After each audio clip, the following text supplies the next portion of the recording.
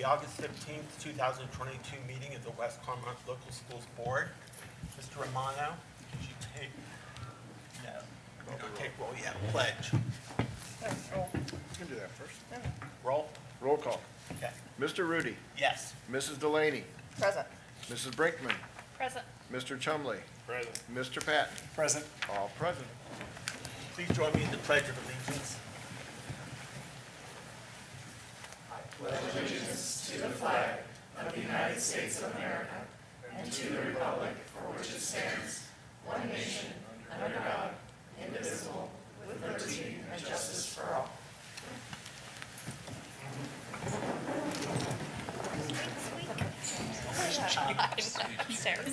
Public commentary.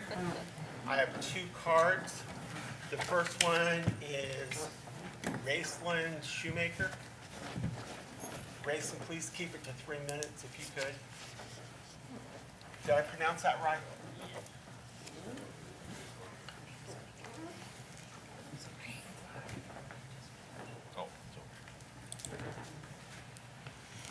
Start whenever. Yeah. Hi, my name is Raceland Shoemaker, and I'm here to read my apology note. To West Clermont Middle School, dear staff, teachers, and students of WCMS, I want to express my deepest apologies to the staff, teachers, and students for my very inappropriate words I said on May 24th at West Clermont Middle School. I know I offended many people that morning, frightened others, and caused a lot of confusion at the school. I'm so very sorry, and let me tell you what happened. I was standing in the breakfast line at WCMS on May 24th with my friends. Most mornings, my friends and I joke around. That morning, I told one of my friends, man, I'm about to bomb this whole class. I said it just to my friend. My friend said, why don't you say that louder? And I was stupid and said it again. I think some other kids heard me, and the teacher heard me too. I was reported and taken to the office. I was arrested and taken to the juvenile detention center that morning. I had not heard anything about the school shooting that day before in Texas, but this doesn't make what I said that morning any less offensive. I'm responsible for my words. And I have learned several things from this. First, my words matter. Second, even words you say just getting around can be very offensive. Third, I learned that my actions have consequences. I spent one night in the Clermont Juvenile Detention Center. I had to go before the Clermont County Juvenile Court, and my parents grounded me the entire summer. I've learned that saying inappropriate words can offend and frighten people. I remember the summer of 2022 every time I opened my mouth. I never want to get in trouble like this again. I'm really sorry. Sincerely, Raceland Shoemaker. Thank you, Raceland. Thank you. Yeah, thank you. Next, we have Mrs. Amy Newsel. Did I pronounce that correctly? Would like to speak about, she's a volunteer with Moms Demand Action. She has, she says that she's going to need 4 minutes. Are we allowed to give her that? Yes, you are. It's discretion. Yeah, it's your discretion. She wants to present the program to us. Go ahead, Amy. Thank you. Can everybody hear me? My name is Amy Nugel, and my address is 3791 Arbor Lane, 45255. I am a resident of West Clermont School District and a volunteer with Moms Demand Action. Thank you for your time tonight and all that you do for our district. I am here today to speak out against arming teachers at school. Our school buildings are meant to be places of sanctuary, safety, and learning for our children. The presence of guns at schools adds an unpredictable element that puts educators and students at increased risk and layers even more safety concerns on top of the heavy responsibilities already placed on teachers. Although I understand the frustration and emotions that would lead someone to think arming teachers would be a good idea, it is critical that we let data drive this decision. There is no data to show that arming teachers is an effective way to stop active shooters. Law enforcement officers are extensively trained to handle the chaos and dynamics of an active shooter situation. Civilians are not. The average number of initial training hours a law enforcement officer receives is 840. with an average of 168 spent on weapons, self-defense, and the use of force. In contrast, Ohio recently passed House Bill 99, which significantly lowered the training requirements for an armed school staff member from 737 hours to 24, with only 2 to 4 of those hands-on with a firearm. Without the data to prove that it is an effective way to reduce gun violence and without proper training, arming school staff does not keep our children safer. To expect teachers to make split-second, life-or-death decisions, take care of their classroom of students, and hit an active shooter is unrealistic and too much of a burden on our already overworked teaching staff. The American Federation of Teachers, the National Education Association, the Major Cities Chiefs Association, the American Medical Association, and the National Association of School Resource Officers have expressed opposition to arming teachers. Instead of bringing more guns into our schools, we need to ensure we are bringing less. Every year, hundreds of American children gain access to irresponsibly stored firearms and unintentionally shoot themselves or someone else. Already this year, more than 1,000 children and teens have been killed and nearly 3,000 have been injured by gun violence. Additionally, gun violence is now the leading cause of death for children and teens. There are programs available such as the Be Smart campaign, which seeks to prevent unintentional shootings and suicides when children get a hold of unsecured firearms in the home. This is a non-political program that focuses on the importance of conversation, responsible gun storage, and community awareness. This is information we could be sending home with all of our families to keep our community safe. Instead of arming teachers, we can save lives by urging our Ohio representatives to support a red flag law, which allows loved ones and law enforcement and sometimes teachers and other school employees to intervene by petitioning a judge to remove firearms from a home when dangerous warning signs are exhibited. The U.S. Secret Service and the U.S. Department of Education studied targeted school violence incidents and found behavioral warning signs in 100% of the cases. A red flag law would empower families and local law enforcement to intervene before a shooter arrives at a schoolhouse door. We can all agree that something needs to be done to reduce gun violence and protect the lives of our children at school. And just because we cannot eliminate the threat of gun violence completely does not mean we shouldn't do something to lessen it. Nelson Mandela once said that education is the most powerful weapon which you can use to change the world. That is the only weapon that needs to be in the hands of our teachers. Moms Demand Action is respectfully requesting that you pass a resolution to not arm teachers and another to address secure firearm storage. Thank you again for your time and consideration. Thank you, Amy.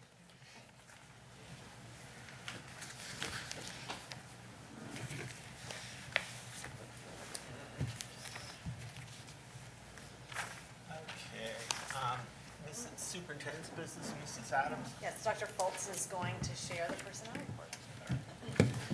Good evening, members of the board. Mrs. Adams, Mr. Romano, in front of you is the personnel agenda for August 15th, 2022. On the agenda today, we have the resignation of 2 classified staff. Terry Childs has been with us for 15 years, 8 of those full-time, 7 of those part-time in Holly Hill, and Norman Rommel has been a custodian for the last 6 years at Amelia, so we wish them well in their retirement. We also have the resignation of 4 teachers, 6 paraprofessional aides, 2 building secretaries, 1 secretary assistant, 1 custodian, 1 school nurse, 1 health assistant. We're releasing 3 teachers from contract for failure to hold a valid license if they do not have their license or have it pending by the 18th of August. We also have the proposed hiring of 11 teachers, 2 custodians, 1 school nurse, 1 health aide assistant, 2 building secretaries, 6 full-time paraprofessional aides, 5 part-time paraprofessional aides, 1 cafeteria manager, and 2 cafeteria workers. On this agenda, you'll also find the proposed offer of extended days for our 2 newest elementary deans, Jared Olson and Barb Kinney. This agenda, we have the proposed transfer and reassignment, so we're moving some multiple staff into new roles, and as well as adjusting Leslie Combs and Paula Wolf's title to better reflect their current scope of work. We're always happy when our teachers grow themselves professionally. So on this agenda, you have the proposed approval for the adjustment salary placement of 8 teachers due to their continued professional growth at college or university. So we're excited about them getting their master's or bachelor's plus 15 or master's plus 15 or master's plus 30. We also have the proposed approval of 7 student workers as needed. We have the proposed approval of supplemental contracts. 1 teacher leader was missed during the 21-22 school year, so we're putting her on. We brought her on this one. And then for this upcoming year, we have multiple clubs, multiple teacher leaders, advisors, athletic contest workers, parking lot monitors, Saturday school workers, and multiple coaches. So it is quite a lengthy agenda with trying to get everyone on and ready to go for the beginning of the year. We also have on this agenda the proposed approval for requested unpaid leave of absences, hiring of classified substitutes, multiple school volunteers, and student teachers. We also have a proposed to update the non-certified exempt salary schedule that we brought before the board in July, at our July meeting, by adding the title of Coordinator of Benefits, Risk Management, and Records. It's bringing that up to adjust and update that, rather than bringing the whole salary schedule back.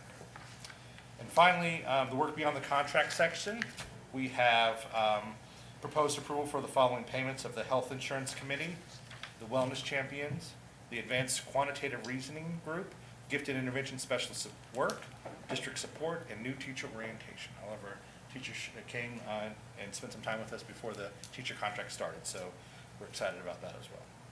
I respectfully request that you approve the personnel agenda as presented. You've heard the recommendations, our motion. Okay, Mr. Chumley, a second. Second. Okay, Mrs. Brinkman, any discussion? Okay, Mr. Romano?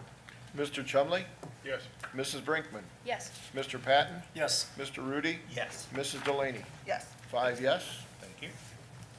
Before we totally leave that item, I just want to celebrate the work of David's team. Incredible work done by Kim Pruitt and Don Kraft this summer, as well as the administrators who obviously are part of the hiring process. It was a phenomenal undertaking, and they really did it with excellence. We're still down to the wire. We're still working on hiring. It's still in process. But they had no idea starting the summer that the numbers that they were going to turn over in that office. And they worked tirelessly, 6 days a week, maybe 7. I know at least 6, everyone. And so it's quite impressive. So thank you to them. And then today, I just want to mention, we were able to honor at our opening convocation, Shirley Johnson. She's the longest running classified staff member in our school district, and she's been with us for 35 years. She works in the preschool.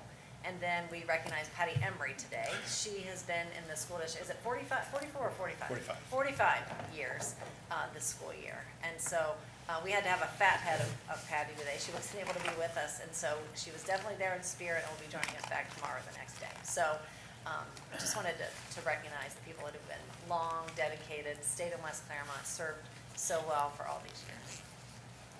I hear such great things about Mrs. Emery. We're friends, but I still hear from parents about her, how much the kids love her. Yeah. Both of my boys had her, but what you're failing to mention is most of those 45 years she spent in kindergarten. Yeah, right.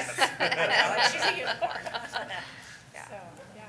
Yeah, it's just a wonderful feeling being in that room. So, yes. So anyway, just a little sidebar about that. And Ellie is going to bring to you the new fees.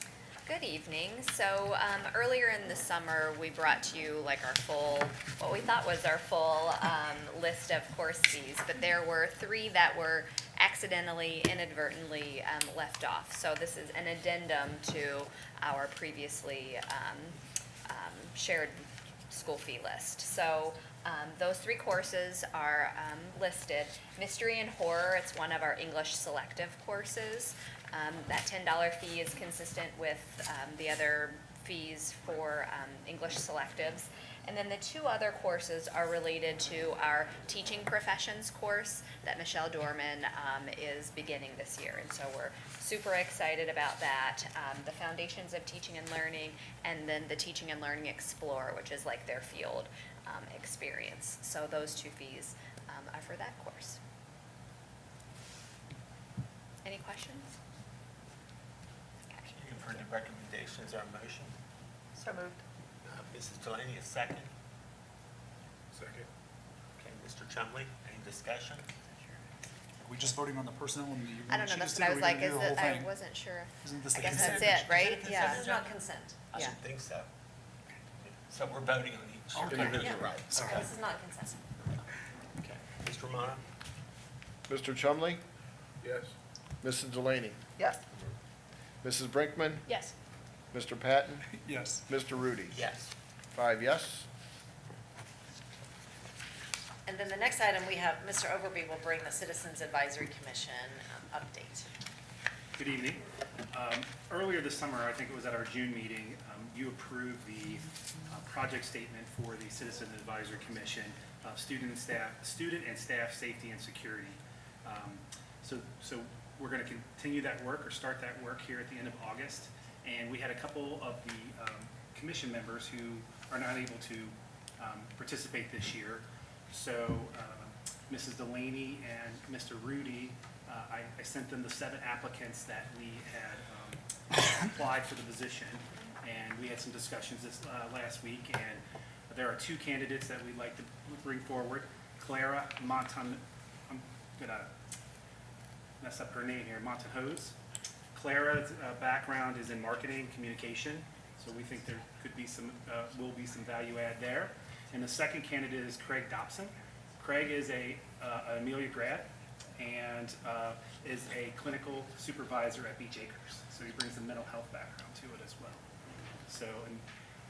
And then I'm also on the list as the Chief Operating Officer and ex officio. The nice thing about both of these candidates is that there'll be some continuity to year 3 if the board continues with this. So because according to the bylaws, it's served for 2 years, so they will start their term this year and move into next year. Does that make sense? So the superintendent recommends approval of additional Citizens Advisory Commission members. You've heard the recommendations. Is there a motion? So moved. Mrs. Delaney, a second. Second. Mrs. Brinkman, any discussion? Mr. Romano? Mrs. Delaney, Yes. Mrs. Brinkman, Yes. Mr. Chumley, Yes. Mr. Patton, Yes. Mr. Rudy. Yes. 5 yes. And then who better to kick off our school year than our students? Mr.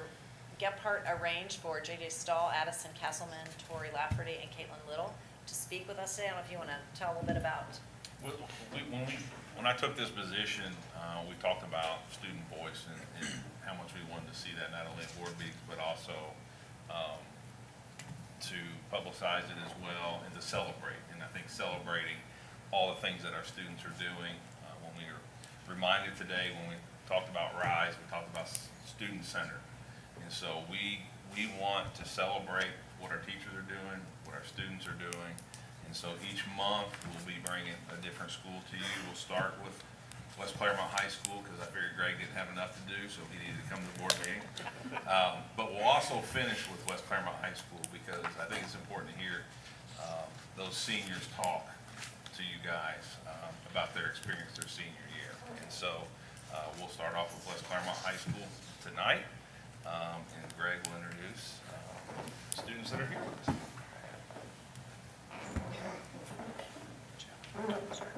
So unfortunately, JJ's a little late. He somehow thought the board meeting was at 7, not at 6. He is on his way. Pretty normal. We'll give them a chance. We can stop, our normal schedule Okay, programming so, to- but I do have Tori, Caitlin, and Addison here, and they're You know going what, to, if they. do you wanna if wait? want to wait for JJ, I'll go ahead and just do this little Okay. date, and then we can bring it back up. are you guys okay with waiting? Is that good? They're good. They gave me the thumbs up. JJ came out this summer and helped us at one of the booths, so I Yes. just definitely don't want to skip over him. Absolutely. Okay, all All right. right. Thanks, everybody, for being patient. All right. Well, if you'll get the slide presentation up. Oh, you're bringing me a clicker? Okay. All right, great. Thanks. Well, I won't do anything until you tell me. Just in my welcome video last night, I said we're on the road again. That's how we're going to start this presentation. We are back on the road again, looking at where we are as a district and looking over the horizon. There's a lot more certainties than we had in the springtime when this was developed, and there's a lot of plans in motion and things underway. We better know our enrollment numbers, right, David? And we better know what's going on with Merwin Elementary as they are getting their modulars set up and ready for opening of school in a few days.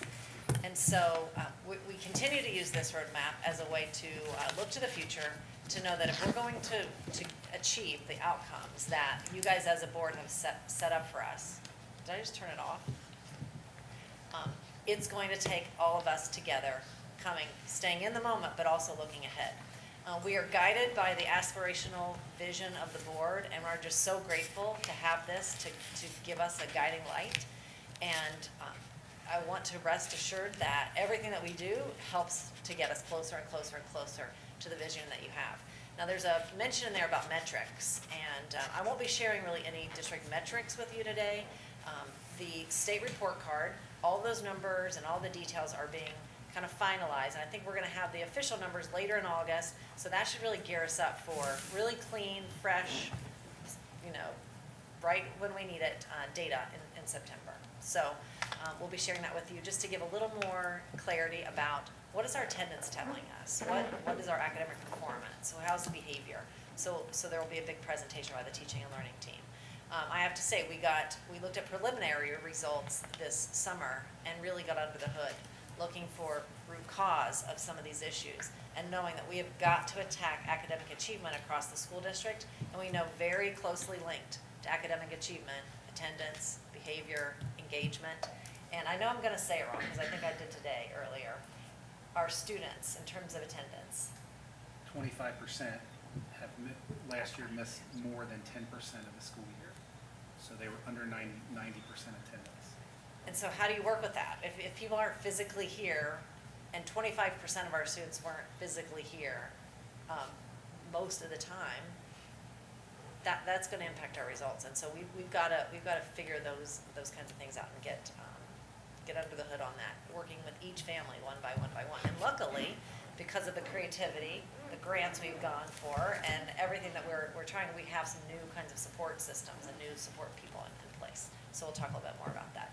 So as you know, our values and mission, to commit to excellence with every learner, every day, in every way. And like what we talked a lot about today at convocation is every day matters.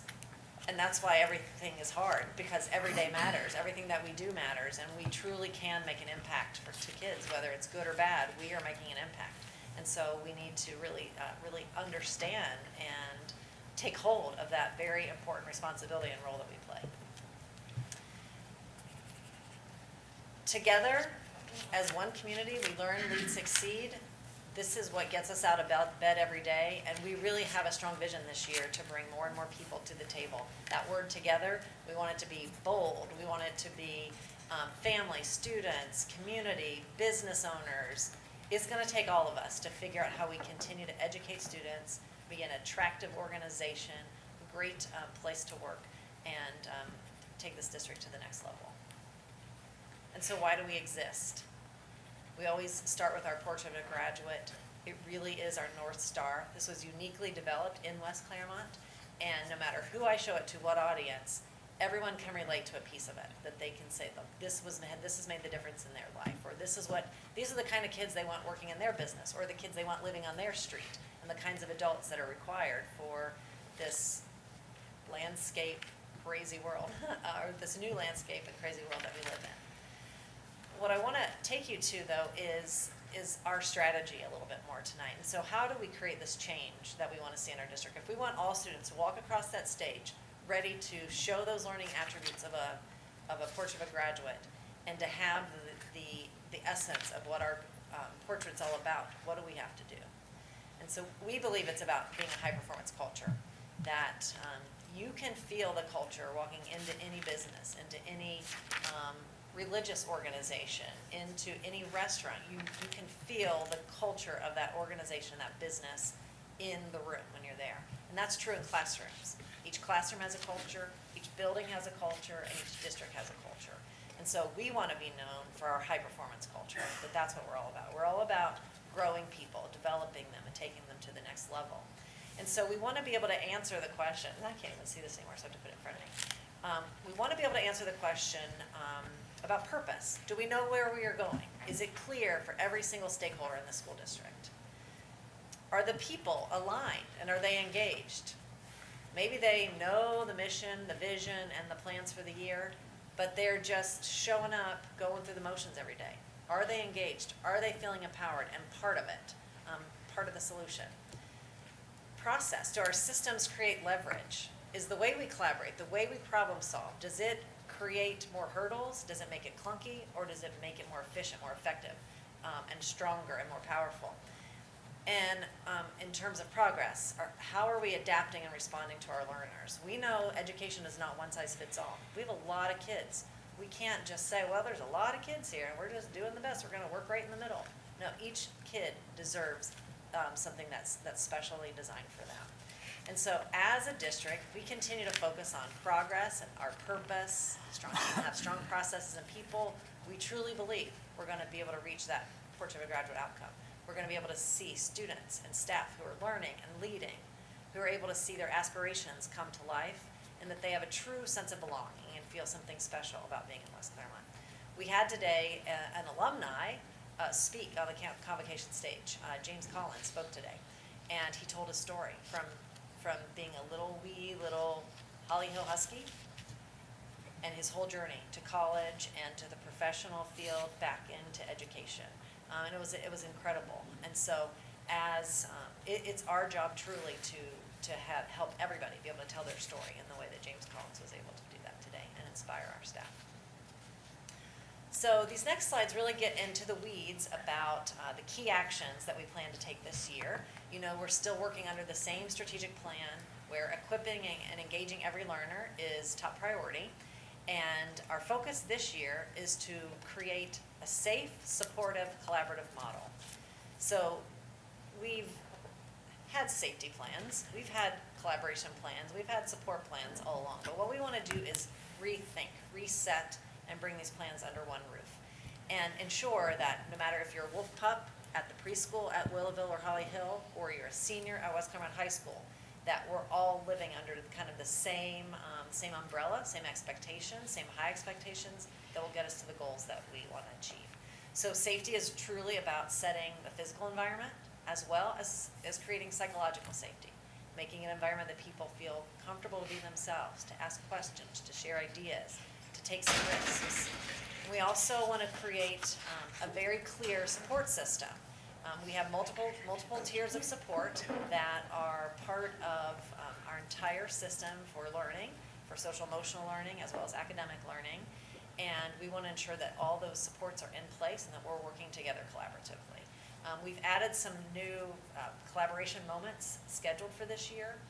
And at those tables, we're going to be bringing the student data, the student evidence, student information, so that we're constantly keeping student work and student information at the table, because we're not going to be successful if we don't get in, know our kids well, and then respond accordingly. So this redefine, this reset, is about creating this culture model that we're after. Because we all said last year, there were kids that came into our school system, they're like, well, we have not seen this before. This is really challenging us. This is stretching us. Kids aren't coming to school. So we have to reset. What do we expect out of kids? What do we expect out of us to get it done? And that's what this is all about. So we'll know students well, and with the Whole Child Network, Eric has talked with you guys a lot about this, but this is just very great, exciting news. Eric applied for us to get some additional support with Whole Child Network. And it was a statewide ask, and there were 10 schools selected to be working with ASCD, which is Association for Supervision and Curriculum and Development, which is a national education organization. We were one of the 10 chosen to be a part of that group. And it's because of the groundwork that has been laid, all the creative efforts under Eric's leadership, and it will just add value to what we're doing, and I think it'll exponentially help us get our work done. Is there anything more you would add? Okay.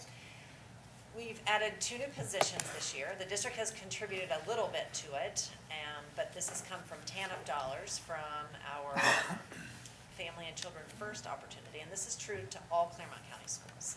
Every Clermont County school is going to at least get 1 resource coordinator. We're going to get 2, and that's kind of a new word to say social worker. So some people that we can come in and work with our students, work with our families, to help connect people to the wonderful resources this community, this county, and the school district offers. And so Eric found some really fabulously talented people that are gonna be able to hit the ground running because they're not strangers to our district and they're not strangers to that profession. So it's gonna be great. As you know, the Citizens Advisory Commission is gonna focus on safety and security, and we are adding today to our new staff. We have an elementary SRO who is coming on board that's gonna be able to serve most of our elementary schools, and then we're gonna be able to get some additional support in some creative ways. Mike will talk about that a little bit later. We are undergoing comprehensive threat assessments in each building, and we're also looking at an SRO K-9 coming later, much later into the school year. So I have to give tons of credit to Mike and Chuck and Eric. This whole team here worked very, very hard this summer on just realigning our safety procedures, making sure that everything was in writing. And when we look through everything, there's a tremendous amount of things going on. I mean, we're very impressed, but we are not settling. We want to continue to be better. And so we know that having more eyes on the topic and bringing expert voices to the table will get us there. And we're just very excited about the opportunities and the creativity and the grants that we got that really open up doors that we weren't necessarily thinking were going to be open for us. So, questions about any of that? You said 25% or 10%? 25% of our kids, oh, well, are you talking about the attendance again? Yeah, 25% of our kids came less, The 90%. yeah, less than 90% of the time. What did that look like in previous years? Not like that. Okay. So it's pretty Pre-COVID. high. We were in the 92 to 95%. Okay. But where we In terms were- of our whole average, yeah. Across the district, COVID, we were just talking about this earlier, was one of the things that came up was, why do I have to come every day? You know, that battle that goes on at home sometimes. Yeah, the third grader that said, I really liked last year, I could just stay in bed and get out if I wanted to. That was what he told me on like the second day of school. So that's like 15 days. Yeah. 90% attendance is like 15, 16 days you've missed, if you're at the tip of that. We have students who are missing far more than that where we are. So if our average had been 92 or 93% as a district as a whole, what is our current average for this past year? It's still close to that as a whole, but I think what we're seeing is we have more students who are missing more days. So- Less with those extreme ones perhaps, but more missing more days as a whole. And when we bring the data analysis that'll come in a couple weeks from now, we'll be able to get much more precise. We can look for, you can see the patterns and maybe the age range where we're seeing the most significant. We can just get under the hood a little bit more because clearly this is important to all of us. So we'll just plan for that.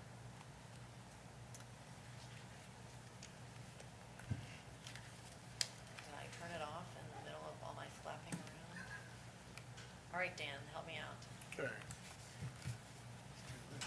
The next topic is grow academic achievement and educational opportunity.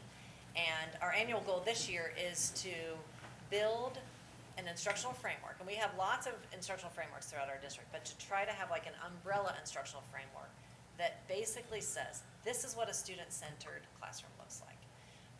This is what a student-centered classroom does not look like, so that we can be very, very clear with our staff. Because there is kind of a shift in, when you think about student-centered learning, it's deeper learning.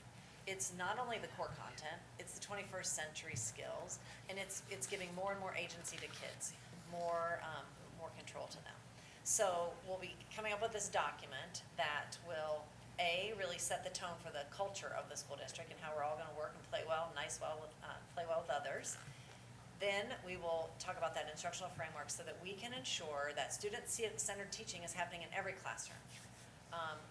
Not just you're lucky because you have Mr. X or Mrs. Y. This is happening in every classroom in West Clermont School District. And that is what is exciting, is that we have pockets of this now, and we're working really hard now that we know what it looks like, sounds like, feels like, we can do this at scale. And that's really our mission, our purpose. And then finally, establishing a guaranteed and viable curriculum.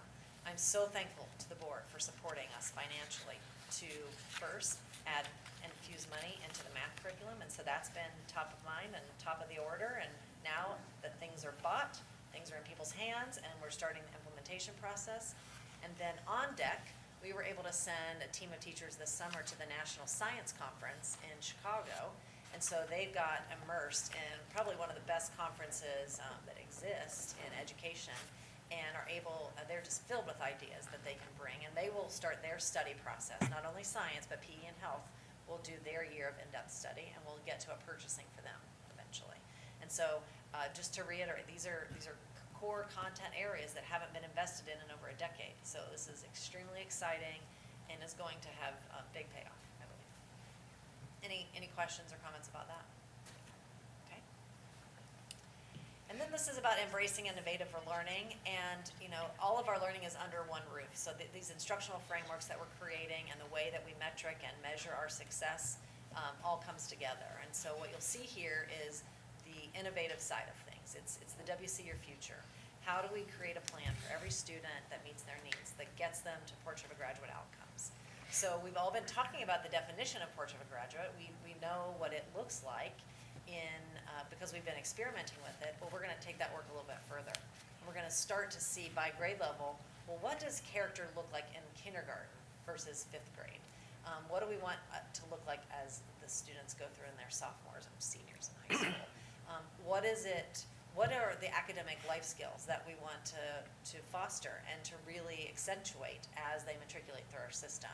We know financial literacy is one of them, and the math curriculum was built on that fact alone. But how do we spell that out a little more so that teachers can go forth with confidence and students really get good about being able to talk about it? I'm showing integrity, and here's a piece of evidence. This is how I show resilience and adaptability in my learning. And so that's what we're shooting for, is that we stop talking about it and kids start talking about it. We also have the student-centered, I skipped over here. We're going to better define what does it mean if we're going to reach Portrait of a Graduate success. How do we better define what it means every educator is going to do and what every leader is going to do? So we'll have a portrait of a leader, portrait of an educator before the end of this year, so that we can talk about the mindsets, the tool sets, and the skill sets that we all need to be able to step up to the challenge of serving our students well with this high, tall order that we've given ourselves. And we know inside of that, David is going to be taking a team of a human capital team, is what they'll be called, and really with just an eye on how do we invest in the people that we have, how do we keep them to stay, so that the key parts are find, grow, align, and keep the people that you have. And so he'll be working with leaders across the state to say, what are best of the best strategies, what's working well in your district, and just continuing the great work that you're already doing. And he and Randy together are going to lead a retention team to work with our staff to say, what is it that keeps people in West Clermont, and how do we continue to grow those ideas? And then where we do have gaps, this committee won't be about salary, because obviously that is something that needs to be continually addressed. But what else can we do? What are the other things that really make West Clermont stand out and be a place that attracts and retains a staff?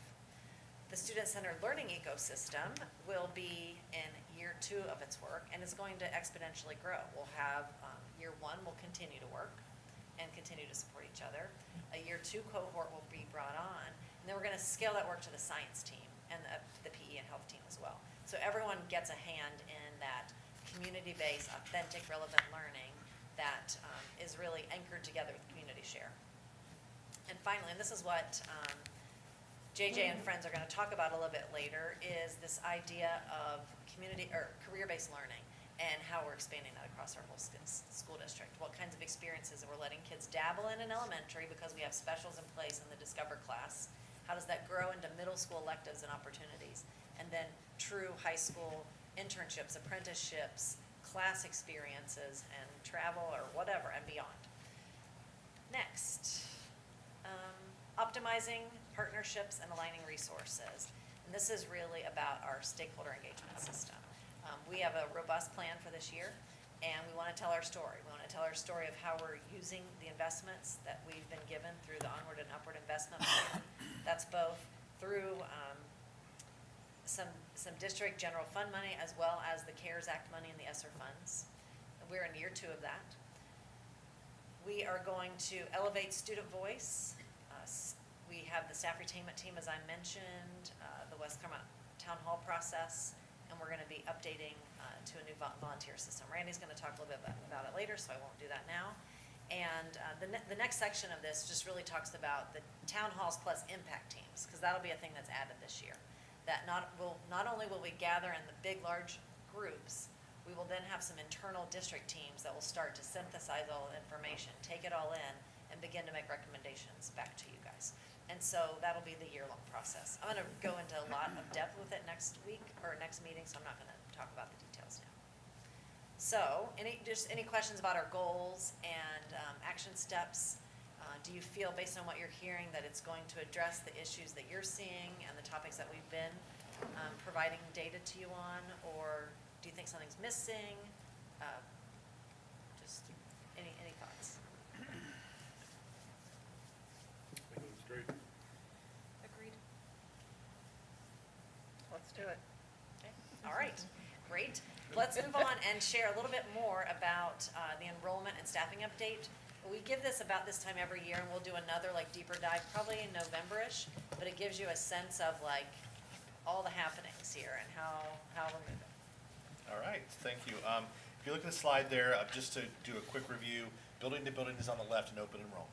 Building to building are our West Clermont families, and they're asking kids to go to a different school other than where their house is. Much of that is because of daycare, childcare, aunts, uncles, grandparents helping raise the kids. So if you look at the slide, we ended up moving 310 out of 313 students. That's the size of our smallest elementary school. If you think about how many moves that we have to make going in and coming out. But we were able to honor those without oversizing any one grade level at any one school. In fact, by doing this, we tend to alleviate the pressure points that naturally occur at some of our buildings. So since I've been doing this seems to always be a benefit to us in terms of relieving those pressure points. The 3 we denied, although they came in late, they were asking for placement in class sizes that were just way too big at that time.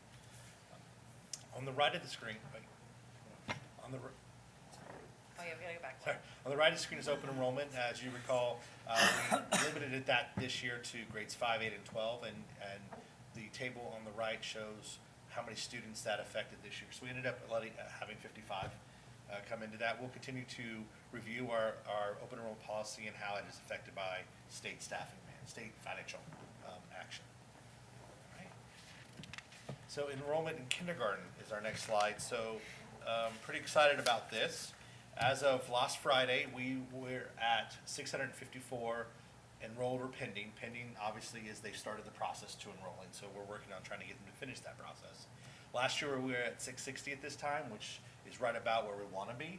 Our predicted goal is 685, so we're within 95.5% of our prediction as of today, and I'm going to tell you Lisa Loudon downstairs and Sarah Evans are just working almost around the clock on Yeah, that's another team that's been absolutely incredible. We lost a team member in the middle of the summer, so that added some extra challenge, but people just jumped in, rolling up their sleeve. We've got Tina to help with that team. Incredible work, and these ladies, they care so much about each and every family that they meet and getting it right. That they're a great role model for all of us, honestly. Absolutely, and then and piggybacking on what Natasha said is that it's not like a machine. There's so many individual different nuances to some of these cases, and they look at it from a legal stance, but also from the heart. These are kids. How can we help support the kids? So they do a phenomenal job. As you can look at I broke it down from at each school where we're at today and what was predicted, and as you can see again, we have some pressure points. Even though we were within 4.5% so far of our predicted, you can see Amelia had more, WT had more than predicted. Somerset had less, significantly less than what was predicted. So what we've been able to do is shift the teachers that are not needed there at this time to other areas that need a teacher. So we had to shift one to Amelia, we had to shift one to Merwin to help out with 3rd grade. So we're using our resources wisely in doing this. But this is a constant moving number, and like I said, the minute I put this on the slide, I knew it was outdated. Yeah. Because it's moving so fast. But I wanted to bring it in front of you. Big takeaways here is we're within 5% of what was predicted, so which is really good at this time. By the time we bring this into November, I am quite certain we'll be a lot closer than 95.5%. And then we're constantly keeping tracking enrollment numbers to see if we have a huge influx of kindergarten at any other level that may require us to hire an additional teacher late in the year, or at least after school year starts. factors are for both the overage, significant overage, and the underage, like at Amelia and Summerside? What were the factors there, do Yeah. we know? I would venture to say that it's where the green spaces that are being built. So there was initially this larger plan to build north of us, the Willowville, Summerside area, and that stalled. And so all the green spaces on that 125, it seems like something's popping up, or there's a stake in the ground somewhere that's causing that area. Judd Road is also starting to build up, which will feed into Amelia. That wasn't, when we first did the redistricting, they weren't even on the map of things that were happening, so. And do you guys look at that annually to revise that? So Yeah, that- every November. Yep. Every November. Yeah, and we look at it again in February, so, yeah, this is just, look, this is hot off the press, and then we'll come back to you as, like, the dust settles a little bit by November. Thank you. And we'll get more into those root causes, because I have the same curiosities, and it feels like you're just chasing air Yeah. sometimes. Well, the last thing we want to do is redistrict the kids, because we just did that not too long ago. What? Well, because you do it, then you're like, oh, well, now we gotta respond to this, and so you just do this with people, I'm like, we can't, That's not we good can't for mess kids. around, no, it's not. Homeschooling, or the number of people who live within the West Clermont School District boundaries that have applied and met the requirements for homeschooling. We've been tracking that over the last couple of years. It has been growing. Last year at this time, if you look at the 21-22 school year, we only had 49. So it went from 49 during August of 21 to 477 by the end of the school year. The 149 this year, we only have 47 that have met, but we've had 149 apply. So they're going through the process. If I look at the numbers, it's trending that it's going to keep going up, but maybe farther away we get from certain school stoppages issues, such as the pandemic. I hate to use that word anytime soon. I hope we want kids back with us as much as we can. And yeah, and we're still just trying to, as part of our work this year, to really dig under the hood on this one, to know, is this a response to something that's, is it a personal family choice? Religious reasons, like, is there a reason, or is it a response or reaction to something they're not getting, or something that's happening here? And so that's what we have to really understand, as we look at online programming and just all the services that we offer. I'm a little confused on the numbers, though. Yes. It's because well, this is what I'm thinking you're gonna say, because I think I had the same question. From 1920 up, it's a full year's worth of data, and this is just like where we are right now. And these Got it. things they grow and change as the year goes on. Got it. And so that's why we're anticipating it to go up. We don't know if we'll hit 477, But we're already anticipating it ahead to of go up. where we were last year Yeah. this Didn't you time. say 49 this time Yeah. last year? Got it. All right, staffing. The last couple of times I've been in front of you to talk about staffing and the staff shortage, it is a real thing. If you look at the rates, it says teacher turnover reached about 14%. It's closer to 15, but it's still, I'm not going to put the 5 on there because it's still 14 point something. To the right, our reasoning. So we asked teachers to fill out an exit survey. So I was able to group these into these 8 categories based on their exit survey or their letter of resignation if they had given it to me as reasons why, or even exit interviews. So it breaks down to what you see on the right there. Retirement's about 15.2%, moving out of the area, staying home for childcare, family, or their medical concerns. Not a good fit, better salary or position, better location to home. They didn't feel they were adequately supported, they just left the profession. So this is a thing, this is something that we're going to be working with under the next topic there of staff shortages. We currently have 3 unfilled teaching positions that are out there. And it's not, we can't get people to apply for them that are licensed in that field. And we're currently, I think, at 9 unfilled classified positions. So the National Center for Education Statistics, And that's. it's like art and PE, Yeah. like PD just, and- subjects and you would be art. surprised to hear. No one's applying with those cert licensures. No one is. So, excuse me. The National Center for Educational Statistics is a national database, and they did a study that they published on March 3rd, and they came out and said 44% of public schools responded having at least one teaching position open as early as January, and 49% had one classified position. And so this came out in January, March, and I can only imagine by August, if they're going to update this, it's going to be more.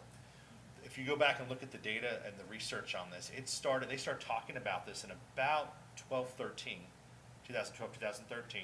Then they revisited it in that 16, 17, 18 era. So the staff shortage was coming way before any pandemic exacerbated it.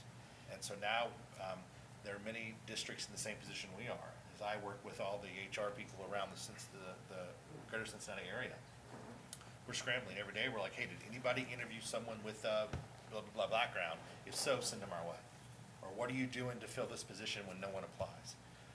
We're fortunate today because of none of those positions are special ed, but that seems to be, and even the NCES said that was their biggest unfilled vacancy was special ed teachers. So our special ed team has rocked it.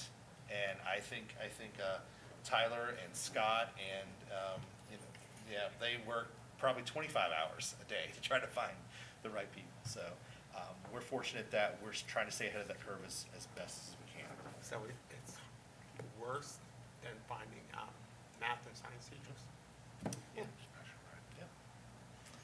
So what retaining and recruiting staff, Natasha talked about this earlier, is we're creating a human capital committee and a retention team to really dive in and do a deeper dive into reasons for staff leaving and why staff stay. It's trying to really get a better understanding of the conditions for staff to work at their optimal level. If we want them to stay and we want to recruit, we've got to be able to truly understand it. We've got to be able to understand, what we're looking for in a teacher, an educator, what we're looking for in a leader. So going out and truly diving deep into this, figuring out teacher morale and well-being, like what can we do differently? Because of, it's one of those things that the world of public education and finding teachers is changing. So we can either sit back and just let it roll over us, or we can get ahead of it and figure out how do we get out there and recruit. And so that's one of the big topics that we're working on this year with Randy and myself. Yeah, tell the story of the one staff member that was here, not here, and now back. Oh, yes. So we had a staff member that was, I always say, the grass is greener on the other side. So she decided to leave us because it was more money, and it was even closer to her house, and she left. And then she called us in April, May, and said, please let me come back. Please. She goes, yes, I went there. It's not what, it's not, the money didn't make it. I got there, great. The morale, the culture did not work for them. And she said, I expected everyone to be like West Clermont, and they're not.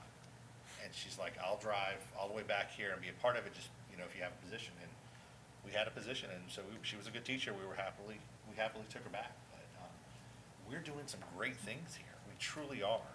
And sometimes people have to step out to realize, wow, I didn't realize how good I had it, and they want to come back. And I don't want people to step out. I want to keep them as best we can. But we're going to do everything that we can to figure it out and provide it so that the people who work here want to stay here and continue to work here with us. Okay, and that's all on your part. I've asked Mike to come forward and really talk about the safety update. I provided each of you the safety guide. That was a published document that we put out this summer to put all in one roof, under one roof, the key features of our safety plans, not the detail of it obviously, but all the things that we have our pulse on and have our hands on the wheel on, and to really honor the collaboration that we have with our first responders in our community, because we are very, very blessed with our partners. Absolutely. So, as you all know, I'm going into my 6th year in the district, and I came in when we were merging the high school and the middle school, and safety was the #1 priority. I know Randy and his team put together and thought through many of the situations, and the same thing happened at the middle school, and absolutely at the elementaries too. And what I found quickly was there is, as Mrs. Adams talked about, a strong partnership with law enforcement in this district and first responders. Then we go into the pandemic, and we have the stop the spread protocols. Obviously, 2021, and then we adjusted in 21-22, or excuse me, yeah, 21-22. And then during 21-22, we implemented multiple different data systems to really get to know our students well. And that is a safety feature, to really get an understanding of our students, where they are, where they want to go, behaviors, attendance, things like that. And we're really poised to make that next step with data this year. And then during that process, we created what we call an operational playbook. So it was this is what we believe, this is the operational pieces that we put in place, this is what has to happen at the building level, so there's continuity across the district on how we operationalize the district. And this year, what we'll talk about is, as you well know, at the end of last year, we had a district-wide lockdown. We had some other situations happen, so it became topic number one of the summer.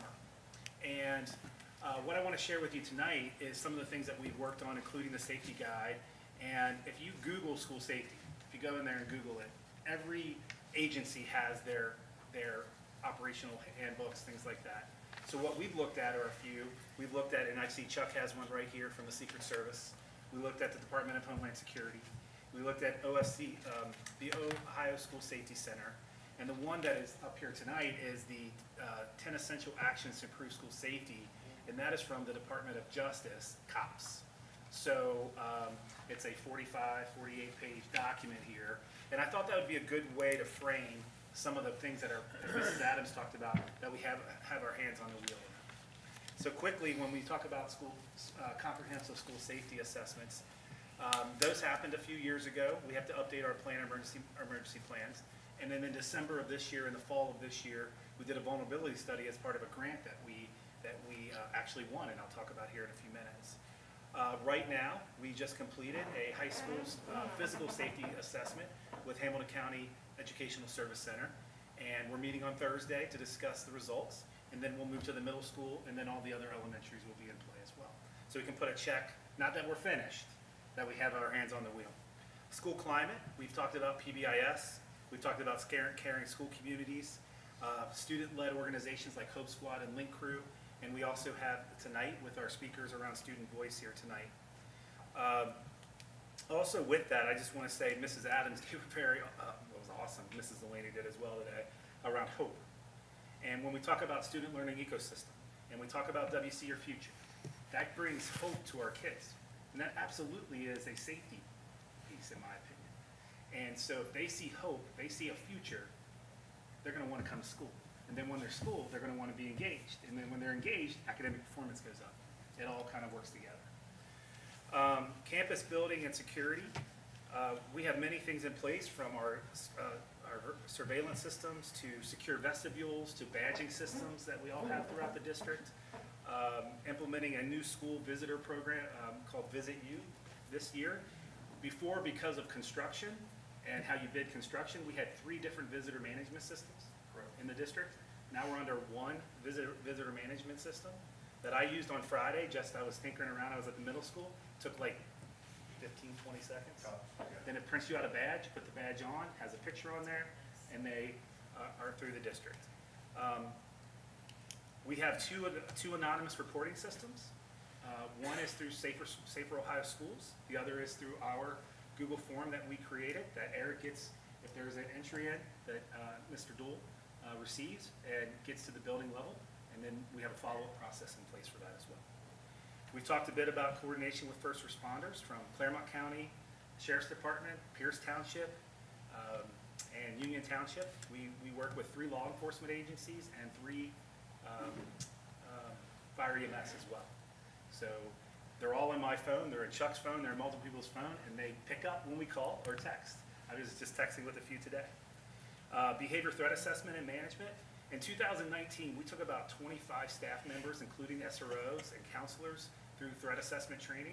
We were probably one of the first districts in Southwest Ohio to go through that training. And this year, by law, all of our administrators, building administrators, correct, Eric, will be threat assessment trained by the end of September. School-based law enforcement, as we talked about, we have 2 Union Township SROs at our high school. We have a Clermont County SRO at our middle school. And then this year, we're going to send a press release out as soon as our meeting's over. We're adding a 3rd Union Township SRO to our elementaries. His name is Michael Ventry. Officer Ventry has been with Union Township for quite a while. He has a couple of different awards that he's won. I had a chance to speak to him. Chuck's had a chance to speak to him. He's going to be a great fit at our elementary level. We've coordinated a plan that he'll be at arrival, dismissal, he'll visit a school, he'll be at lunch almost every day. His home base, when you have an office, would be is Summerside Elementary. But I don't think he'll be stationary very often as he visits the schools and things like that. Mental health He'll resources. serve Merwin too. He will We'll serve just Merwin talk as about the well. other two schools. Yes, and then also, thank you. So at Merwin, we, Lieutenant Blankenship has talked to Chief Brocksterman, and Officer Venture will also be making lunch and visits throughout the day at Merwin as well. We've talked to Captain Sellers from Clermont County Sheriff's Department about road patrol stopping in at Holly Hill and Amelia on a regular basis to have a presence there as well, an increased presence there. Mental health resources through Eric's work with the Whole Child Network, Child Focus, Mental Health Recovery Board, the 2 school resource coordinators, many things happening there. Our drills, we monitor our drills to make sure they're happening on time and within the guidelines that are set. And today and Wednesday, almost every one of our staff members will be trained by a trainer at Alice. Today at the middle school, Clermont County Sheriff's Department, Eric Goldsmith from New Richmond's SRO, trained Holly Hill, Amelia, and the middle school. And then Officer Metzger and Officer Seepert trained the high school, Willowville, and Clough, and the rest are following on Wednesday. And I've heard great things and reactions from the training. There's never a good time to do that training, but it's a very important training to do. And then under Mr. Carisa's leadership, we have implemented Goguardian, which is under the social media piece. It's not monitoring the social media outside the district, but it's monitoring any of the student activity as they move on their Chromebook, so that it can generate alerts if some of the searches start to raise concerns about what the students' interests might be as it pertains to self-harm or inappropriate content, which then sends alerts to the administrators of the building, who can then determine whether an intervention is necessary. And part of our protocols that we put in our operational handbook for this year is Larry's team is activated if there is a suspicion, and they're monitoring. They can go in and search students' accounts to see that student's account for information that may help us. Yes, as an incident as a concern is raised, then an appropriate administrator can put in a request that we can go in and try to look through artifacts. As you know, the board policy makes it clear that is available to us to make sure that we're maintaining a safe environment. And so we have that ability to go in and look for artifacts that then those who are looking into a situation can use to make a determination about the seriousness of a concern. Thank you. Yes, sir. So in the summer of 2022, like I said, it was busy. We applied under Eric's work for $1 million grant through the COPS grant through the Department of Justice to hire 3 therapists, mental health therapists within the district. We should learn something in the fall if we were successful in that grant. We also applied in the winter for a Ohio Facility Commission grant. We thought we were denied, and then more money became available, and then we received the grant. So about a little over $260,000 will be spent in our district around safety. The 3 buildings that were denied were because they were too new. They were built within the last 5 years. But our grant writer is checking in to see if we can actually apply again for this next round of funds for those. And I do have to mention 2 other grants that we got through. Child Focus received a grant for a before and after school program at Holly Hill. And UC Clermont received a grant to bring literacy and math tutoring to our high school. Why is that important around safety? Engagement. Kids feeling their needs are being met. They're going to want to come to school. We've conducted at least two after-action reviews, probably more than that.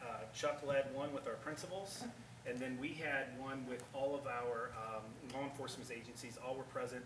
Mr. Gephardt was there, Chuck was there, Larry was there. I was on the call driving to Columbus, and just reviewing what happened after the district-wide lockdown.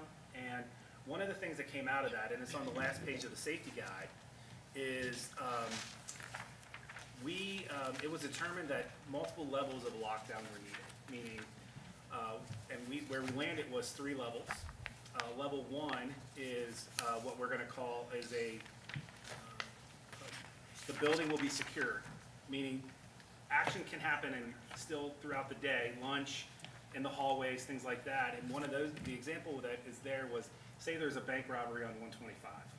We don't want kids out, but we can still run our school as normally from the inside. Does that make sense? Level 2 is a non-emergency lockdown. A few times a year, canines are brought in for drug sweeps, and that's an example of a non-emergency lockdown.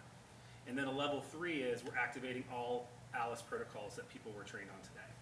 So it gives us some discretion on where we are during those lockdowns. The other piece of that we learned was communication.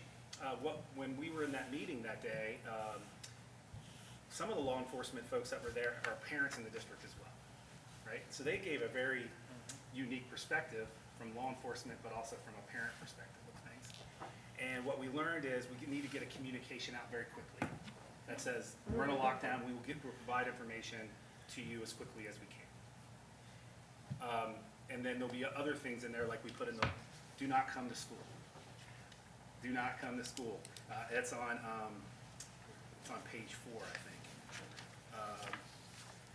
So some of those, and please don't flood the phone lines as we're trying to communicate within the district as well. And make sure you're not providing false information on social media. But the key piece of that is we're going to communicate quickly that we're in a lockdown situation.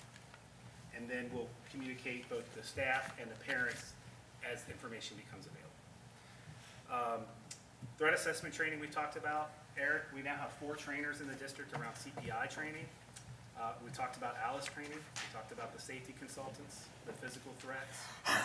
There's been a safety guide that we created that we're talking about, and a blog series on our website around safety, which Larry has contributed to around cyber, Eric is psychological safety, Chuck around physical safety in the district, and the last one is around communication. August DLT meetings, we spent most of 2 days talking about safety. Crisis communication, ALICE training, so many of our administrators have gotten it twice now. We talked attendance, we talked other things. We had a cabinet safety meeting, which we have every year, that we go through and we talk about our roles. And this year, we've added a tabletop to it, and we had great discussion around what we would do in a certain situation. Talked about crisis communication. The Operational Excellence Playbook was something that started during COVID, and it's now a key resource for our staff or for our administrators on how we operate as a district. We talked about the SRO, talked about whole child, but then we also had 3 days of training at the middle school with Clermont County around active shooter. Mr. Gephardt and I got to shadow one of the events. Eye-opening, very educational. We were so glad they chose our building to do the training in. Mr. Gephardt, anything to add from that? It was very stressful for the people that were doing it, not only for us, but to watch them do it.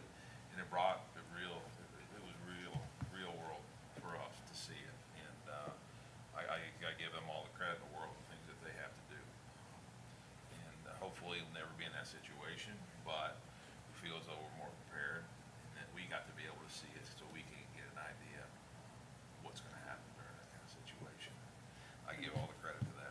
It's a tough situation. The picture in the top right-hand corner is actually, once the officer went through, I think this officer was from Miami Township, and there was multiple trainers there. I think there were 3 actually, at least 2, giving feedback to them as he conducted the exercise. And in the bottom right corner is the safety assessment that we did with him in the county as well. So, Eric and Chuck, did I miss anything? No, got it. Questions? Any? Yeah, this is definitely my area, and I won't spend long on it because I could talk for days on this. A couple of things I want to ask is on the anonymous reporting system. I assume that everything is current and up to date. I know that in the past, numbers have not been updated. Like, so Randy no longer should be at the high school, with the contact, because that's only as good as the information on there when they report that. The other is just more of a statement that I'll make, and then I can move on, because I can talk for days on this. The threat assessment team that you guys have, I assume it's a team. I assume you guys have brought everybody involved. You brought your law enforcement, your mental health, like everybody's part of your team when you're sitting down. If you get something that's doing a threat and you're going over it and not taking the balls and each of us going in our corners, we're bringing everybody to the table and having an open discussion as far as what is this credible, is it not, what should we do, what steps should we take? Does that make sense? Because that's just more of a statement, I guess, I hope that that's what is being done. Yes, we have a multidisciplinary team in each building, including the administrator, school psychologist, school counselor, child focus, those that have the school nurse. The school nurse is appropriate for that assessment. So when we have a student make a threat toward the school, you have different perspectives as to why that may have occurred. At a certain point, if that was a substantive threat, or if that threat involved a weapon, we would have our law enforcement in there, part of that as well. Knowing that, the intent of that process is restorative in nature, in that we, first and foremost, try to provide resources for meeting a student's need as to why they made that threat, but there might also then be law enforcement or discipline involved. So yes, we do have multidisciplinary focus for that. Okay. I just had a comment. I appreciate the good work that's occurring in this area, and I don't think that we can ever be prepared enough for an emergency, so thank you for all of that.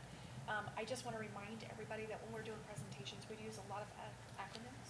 Yes. And we know what you're talking about, but our community may not. So just remember that when you're talking about CPIs and DLTs and ALICE and all, you know what I'm saying? Like, it rolls off your tongue very well, but those in the community that maybe watch this may not be understanding what all of that means. Thank you.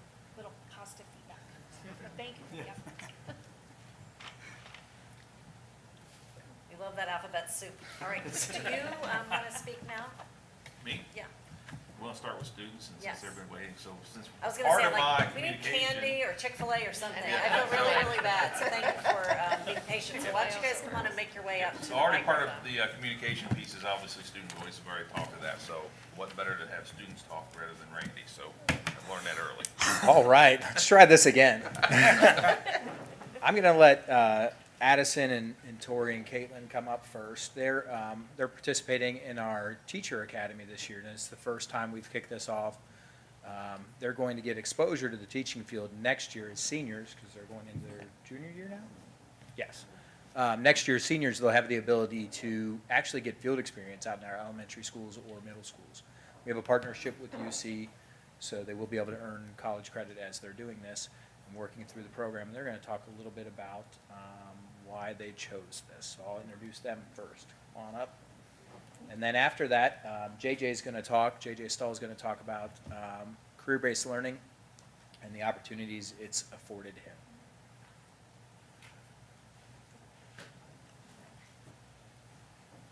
Give me Dr. Foltz on the corner. He's human resources. We'll be hiring him in a few years.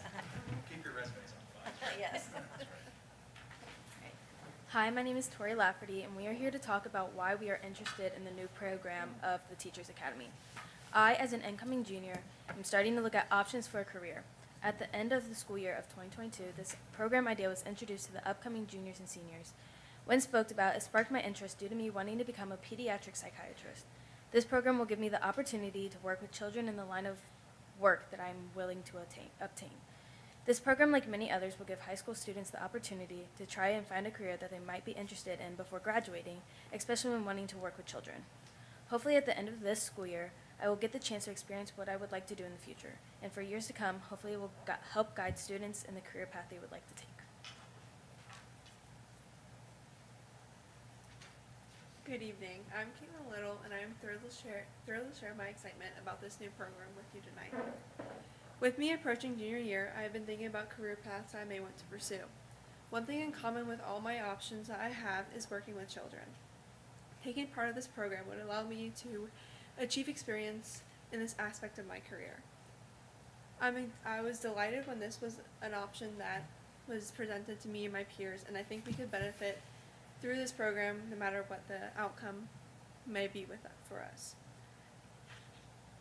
I would like to thank you for giving us an opportunity to speak here tonight. Hello, I'm Addison Castleman, and the reason that I wanted to go and do this was because I was I've always wanted to be a teacher. I've always been considering doing it, but I think that being able to have the hands-on experience, going to be in person, trying it out, is going to really help me decide what I want to do now that I'm getting closer to the time where I have to make the decision of what I'm doing with the rest of my life.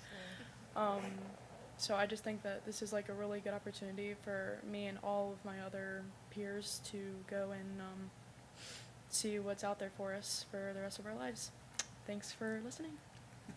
Well, I really appreciate you guys coming. I'm going to put you on the spot a little bit because that's what I do best.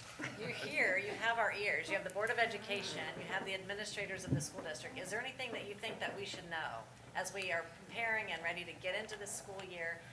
Any advice you have for us? Things that we could do better, things that we're doing well we can just make greater, just anything that you might want to give advice on, because you don't get this opportunity every day, so I want you to be able to take full advantage. And if you don't have anything, no pressure. I would maybe do more opportunities for other people, other different career paths, because this is very nice for us to get what this is and kind of get experience with it before we make a big decision for the rest of our lives. More internships. Can you think of any ideas, ones that you think are missing that would be really cool to add, or?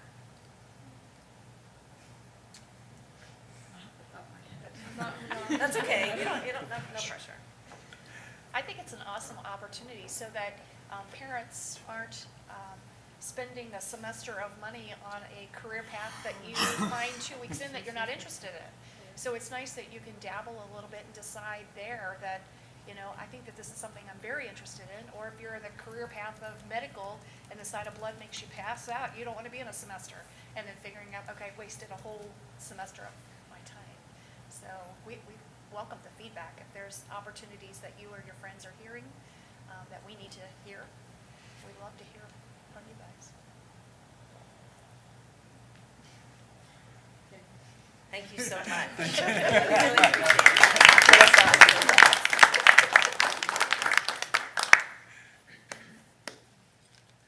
All right, next we're going to bring up JJ Stahl. JJ's got a unique opportunity here with career-based learning. I mean, the purpose of career-based learning is to get job experience and field experience, but JJ's in a unique position where he wants to be an athlete, but also would like to get some experience working.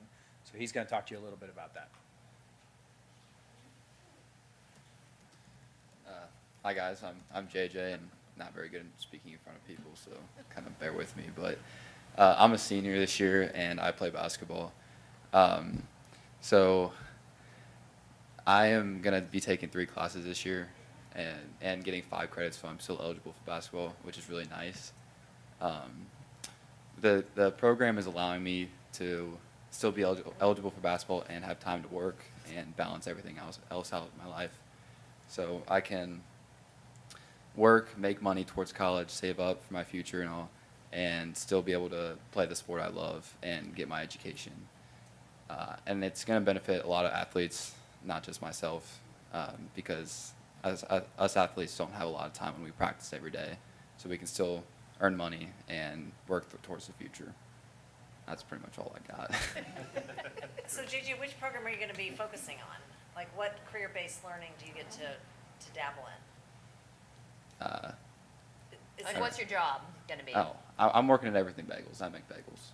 You make bagels, all right. Yeah. So we know where to show up. Yep. Get some bagels. Get you guys a good bagel. All right. Well, same offer to you. You have the Board of Education, you have the administrators of the school district. Our ears are open if you have some advice for us or something you'd like us to be thinking about. I just want to say it was a good, I got to interview my basketball coach, which I thought was really good. So maybe getting students more involved with who they'll be hanging out with the most, if that makes any sense. Yeah.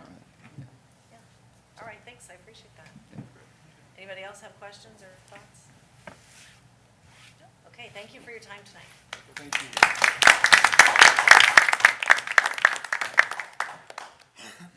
Okay, so do you wanna, do you have Can I some keep things? going? Do you need some things? I have all kinds of things. Yeah, okay, go. I have to talk about those two programs because those are like passion projects for myself, Christy, and Greg. Because when we got into COVID and we had students that were out working and coming in, and it wasn't the structure that we had, that we have now. And so the career-based learning opportunities are something our students need and students want so that they can find out what they want to do or not do. And just like Tammy said, the whole teaching part, we went in with the idea of that we want to grow our own, go back to the retainment, bring them here, don't let them ever leave and stay here forever, because we know they're going to stay in the area, and we want to grow our own teachers. One of the biggest satisfactions I had with our supportive peers at the other schools were have a supportive peer, go to college, come back and be a teacher in your building. I think that's a huge piece of it. And so with the teacher academy is the same thing, but like Tammy said, I want to be a teacher, but I don't like kids, and then once you get in front of all those kindergartners that you're not there for 44 years, but you get in front of and you think this isn't for me, and that's the experience we want to give our students. And Christy did a lot behind the scenes to make it work, and so I'm really excited about it. Nate Mahan will also be involved with career-based learning and be part of his job as well to be monitoring and watching them. So we're really excited about that. So I think those two programs will be I'll be watching a lot this year. The other couple things, I know my name's been mentioned, a lot of things that we've been doing over the summer. Just to highlight a few things, Jeffrey did an amazing job getting the website. I mean, when I came into this position, June's usually my time to relax. What I found out when I went in over here to the darker side, it goes 110 miles an hour as soon as you hit June. And so making that transition over to this, we realized that was happening. Anytime you have change, especially to a website, that's a huge undertaking. Jeffrey did an amazing job with that. The volunteer system, the Township talked a little bit about, we're trying to get that, push that. We know we need to get volunteers into the building.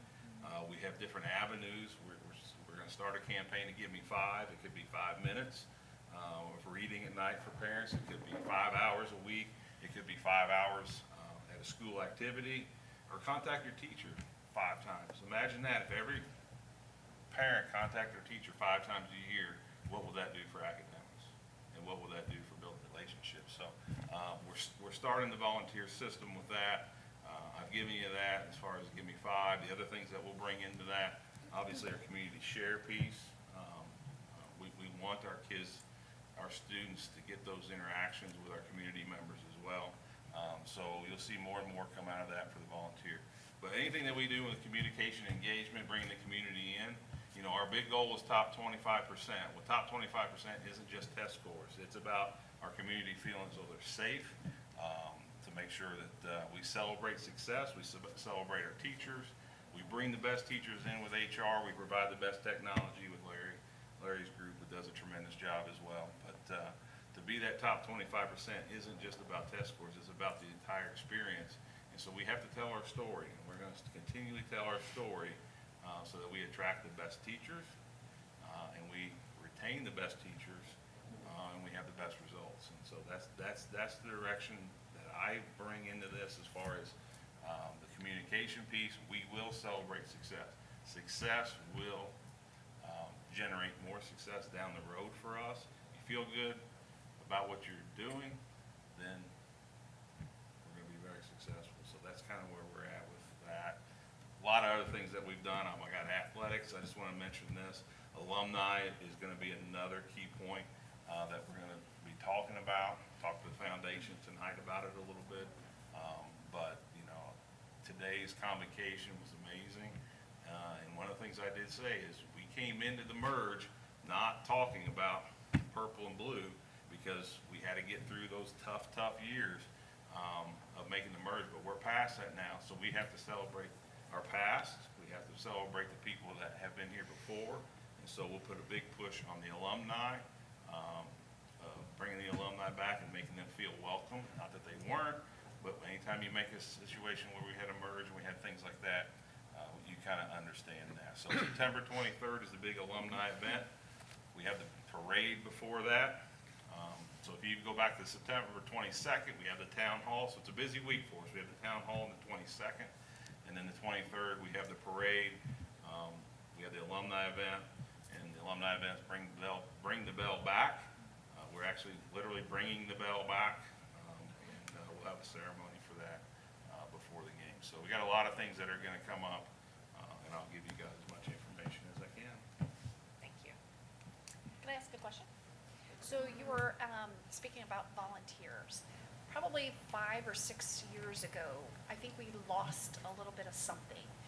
We used to have grandparents that would come into the elementary schools and help with the underperforming readers to kind of, see grandparents coming and sitting at a desk outside in the hallway working one-on-one with, people that are struggling.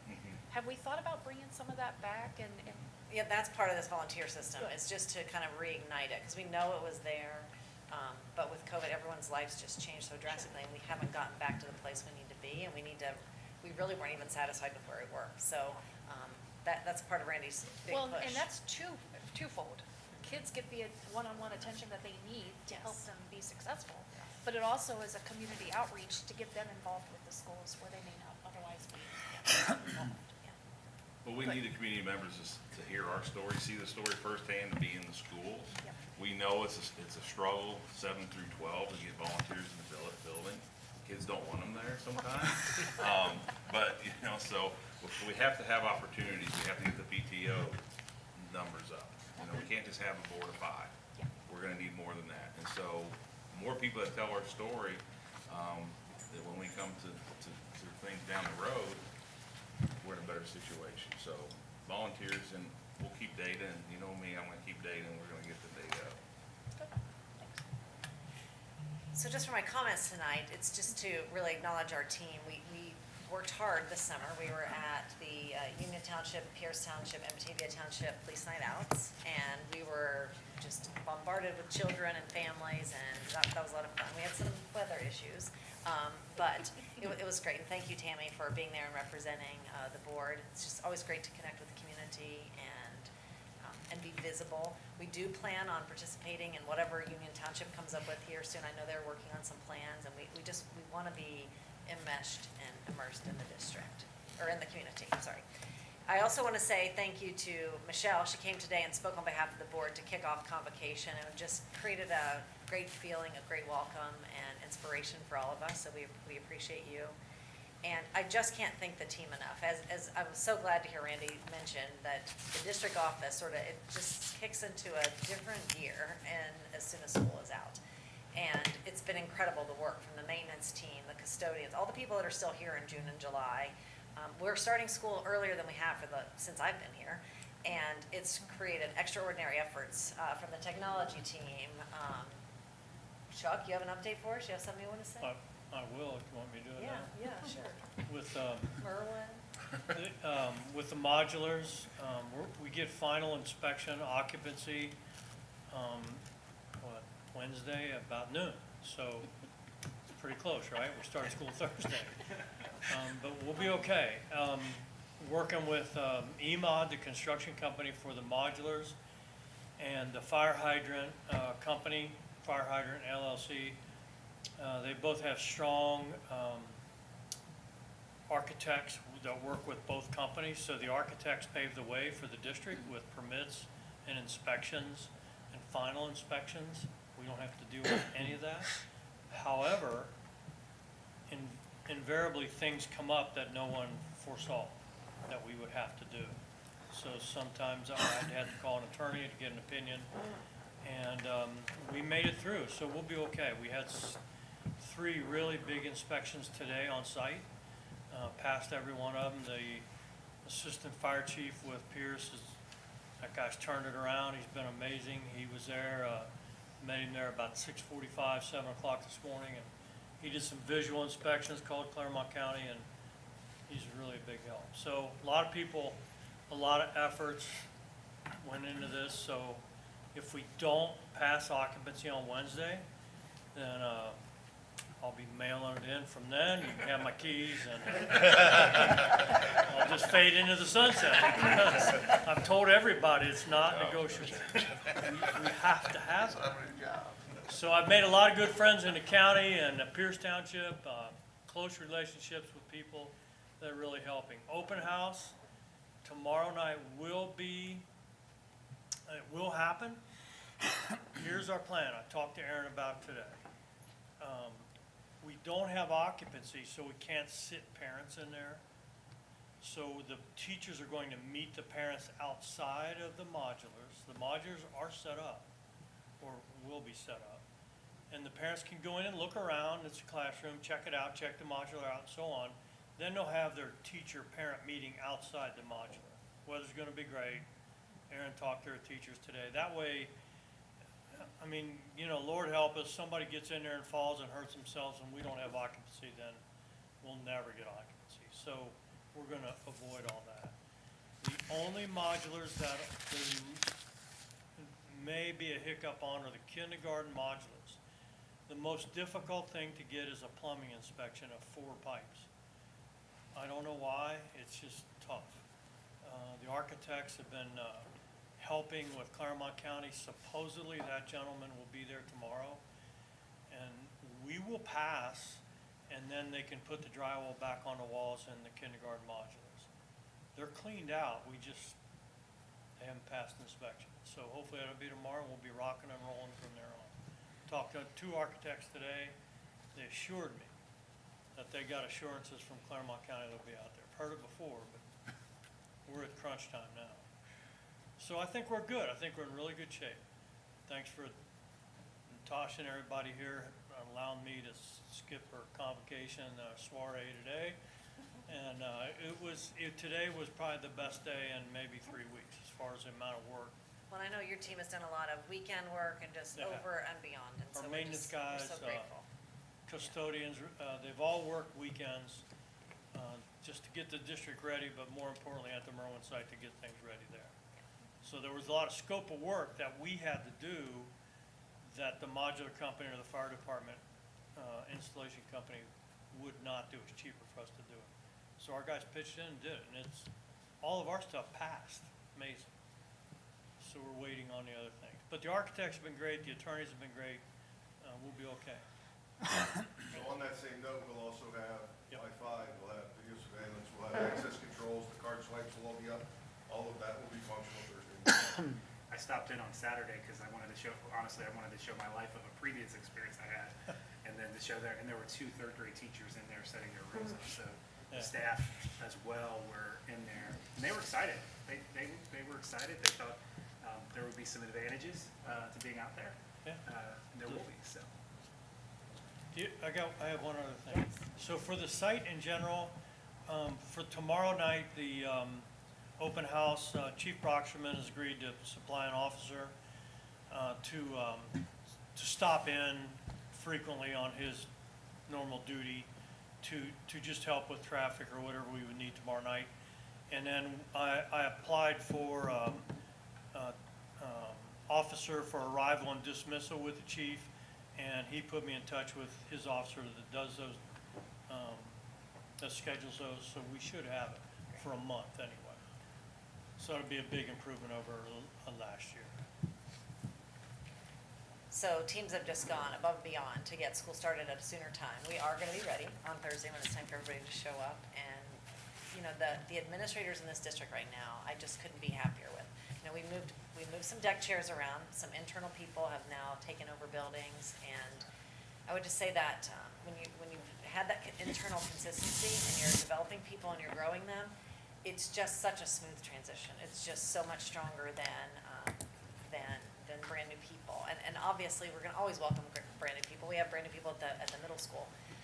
But that continuity is really giving us some advantage this year. So I'm just proud of the team for growing, developing, and willing to take on some new challenges. And it's a district leadership team that I think you're gonna be really, really proud of this year and what they're going to accomplish, because I think there's something about them, right? Like they're hungry and they are ready to take on some new challenges. And so I'm just really proud of them. So that's it. Any questions for me?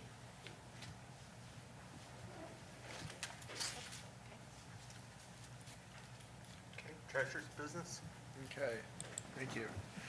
So you heard about the portables and the things going on at Merwin. There's a couple action items that really relate to that. The first one is item 5.01, and that's an easement for Duke. The easement's necessary to put in the electrical lines and some technology lines to that facility. The easement was executed. This is an action, though, that the board does have to take. And so it is the recommendation to approve the easement for Duke Energy at Merwin Elementary School as presented. For the recommendation, I'll put that on the floor in the form of a motion. Is there a second? Second. Okay, Mrs. Delaney, any discussion? Romano? Mr. Rudy? Yes. Mrs. Delaney? Yes. Mrs. Brinkman? Yes. Mr. Chumley? Yes. Mr. Patton? Yes. 5 yes. The second item, and you've heard a lot about the movement of the fire hydrant at Merwin. That cost does exceed a threshold point, and so we did draft a resolution of urgent necessity for the fire hydrant repair for LLC. That is the company that moved the hydrant.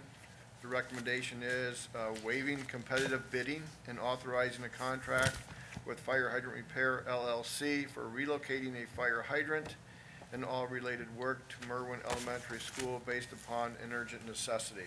So in essence, in order to meet that timeline so that we can have the kids in school, so the teachers could get things ready for those kids to be in school, that fire hydrant had to be relocated. And again, the recommendation is to waive competitive bidding and authorizing that contract to take place. For the recommendation, is there a motion? I'll make a motion. Okay, Mr. Patton, a second. Second. Mr. Chumley, any discussion? Mr. Romano? Mr. Patton? Yes. Mr. Chumley? Yes. Mr. Rudy? Yes. Mrs. Delaney? Yes. Mrs. Brinkman? Yes. 5 yes. Thank you. And I think that fire hydrant probably is complete and, As of about 2 o'clock today. all right, excellent. Okay. Item 5.03, I think everybody along this table side here has had several different contracts at the beginning of the fiscal year. There's a lot of contract renewals, there's a lot of new contracts coming in. So the item 5.03 is a recommendation to approve resolution authorizing the superintendent and treasurer to execute agreements for the school district for district services. There are 16 contracts listed here. I will note that in the future too, there'll be a section within the financial report that will list out the contracts and agreements that we'll be doing for those months. Again, a lot of these are renewal contracts that we do have. So the recommendation is to approve or to authorize the superintendent and treasurer to execute agreements as listed. You've heard the recommendation, is there a motion? So moved. Okay, Mrs. Delaney, a second. I'll second it. Mr. Patton, any discussion? Mr. Romano, will you tell us which ones are new, please? I'm sorry? Which ones are new? Which ones are new? Yeah. There's some software, I didn't know, Larry, is Brain Pop new, is that? No. That's a renewal? It's not new. I don't think any of these are. The None are additional new. resource officer. I think most of these I don't think it is. are renewal. Visit You is just a new version of something we were already paying for, right? Yeah, we replaced 3 other systems Yeah. with that one system. The Union Township Police, the MOU is the new resource officer. With the new, we've asked for a new MOU, so that'll be coming in the next couple Yeah. of weeks based on the new resource officer. Okay. And I There is believe, one other new one on there. I believe if it's still on there from the version I saw, is the DAS system on there? with DAS is on Arm there. Connect? Yeah. the management system. That's the distributed antenna system that allows first responder radios to work within our buildings, and we have to keep that system maintained to ensure that it's working, and that's what that contract is for, is to make sure that all of our OFCC buildings, those DAS systems that were installed are functional, so they work within the unit. Thank you. Any other discussion? Mr. Romano? Mrs. Delaney, Yes. Mr. Patton, Yes. Mr. Rudy, Yes. Mrs. Brinkman, Yes. Mr. Chumley. Yes. 5 yes. Thank you. There are some donations, and I know we normally wait to the business meeting, but there's one of these that is going to take place before that regular meeting. So there's 3 of them listed. First one is Clermont Soil and Water Conservation District donated composting equipment to Merwin Elementary for the food waste reduction program. Second is the Cincinnati Bengals donated 42 preseason game tickets and 16 student jerseys to recognize West Clermont High School, West Clermont Middle School, and West Clermont Child Nutrition as a grant recipient.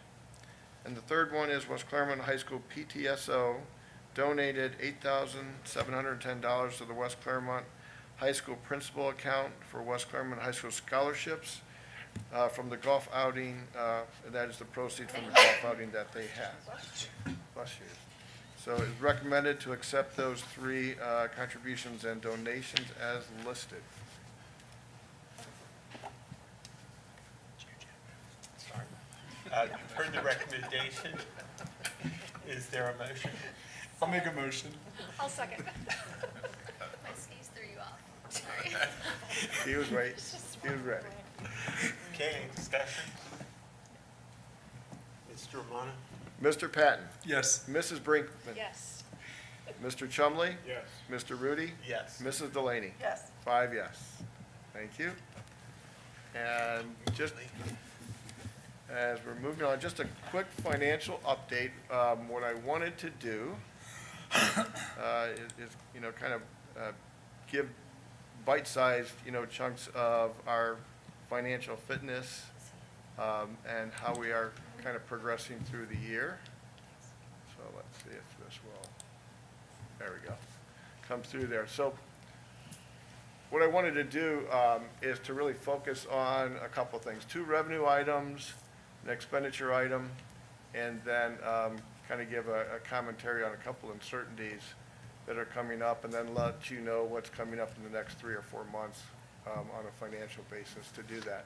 The 2 revenue items that I wanted to talk about are our 2 major revenue items, our local property taxes and our state funding.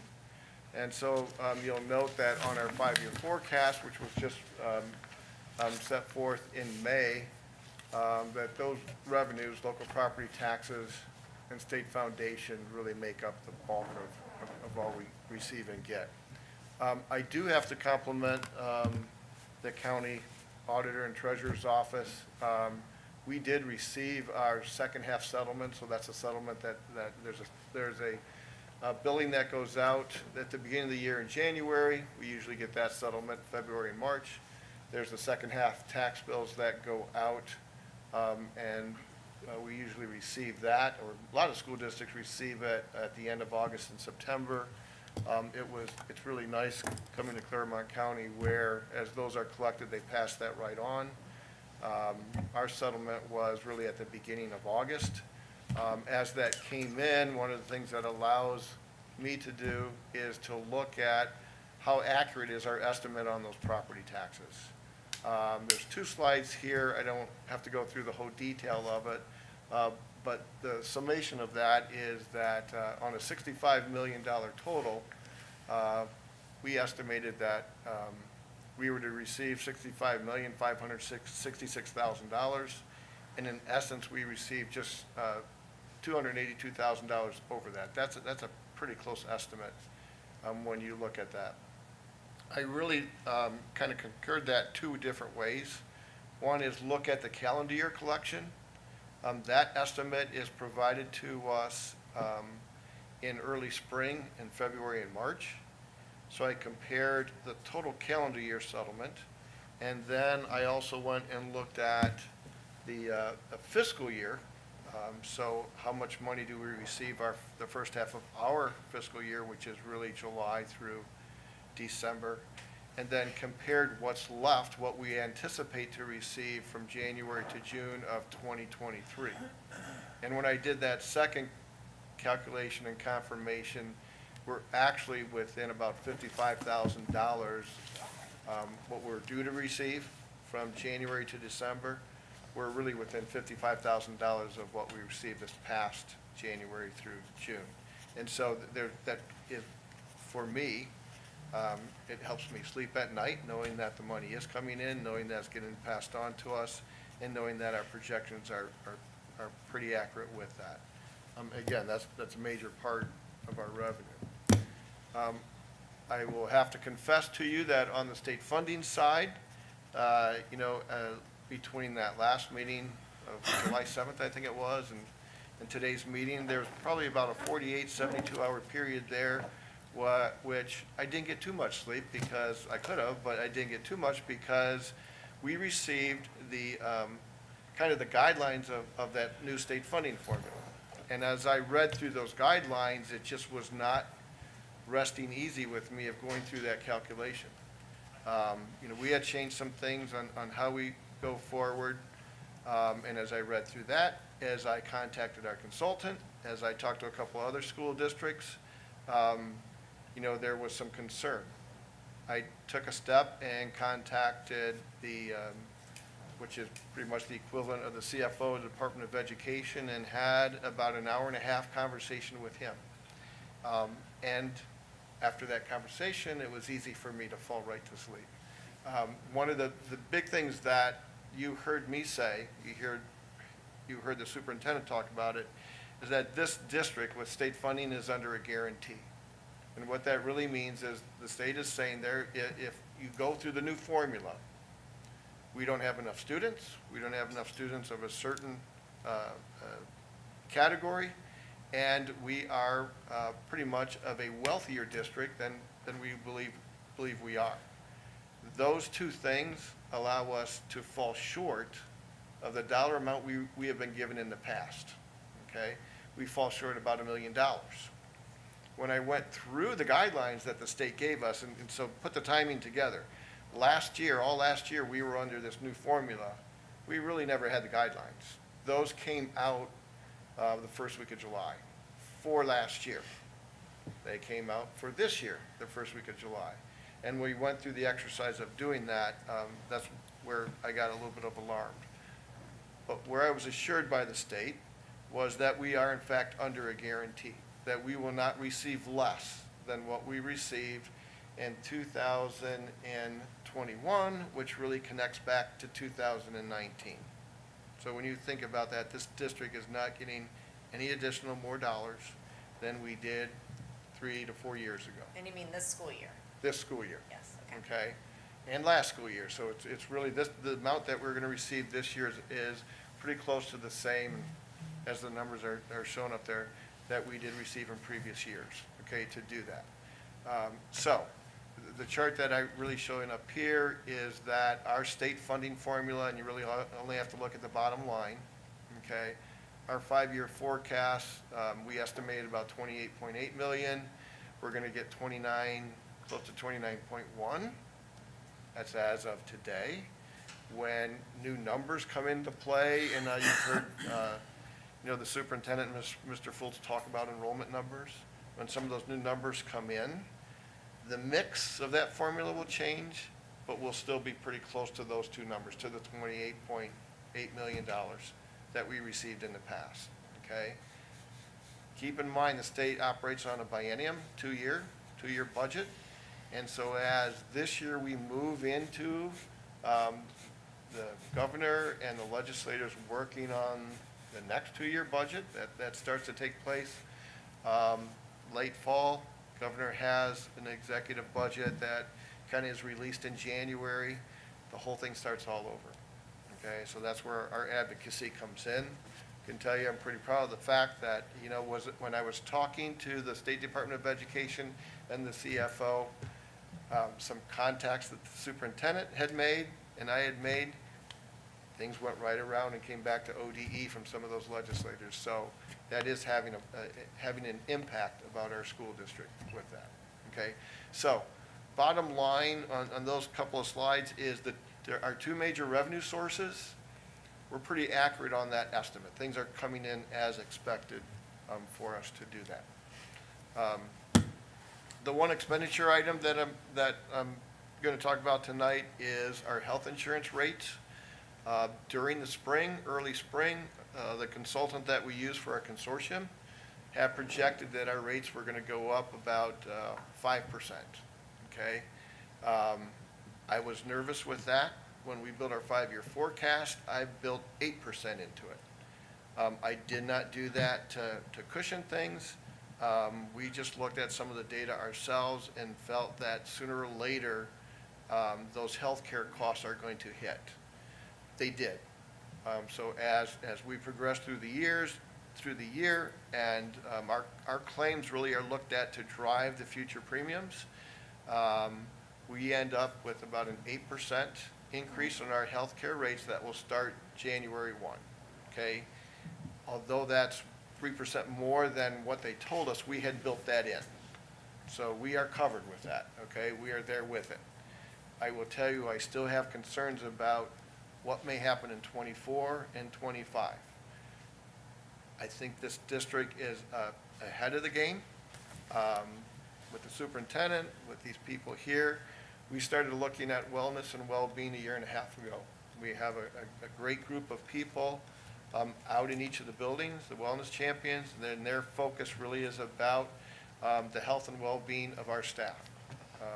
That's a commitment that they have, that's a commitment we have to support them, and we're making every effort to improve the health and well-being of the staff, which when I look at the financial side of that, that means that possibly lower claims for us, okay, to do that.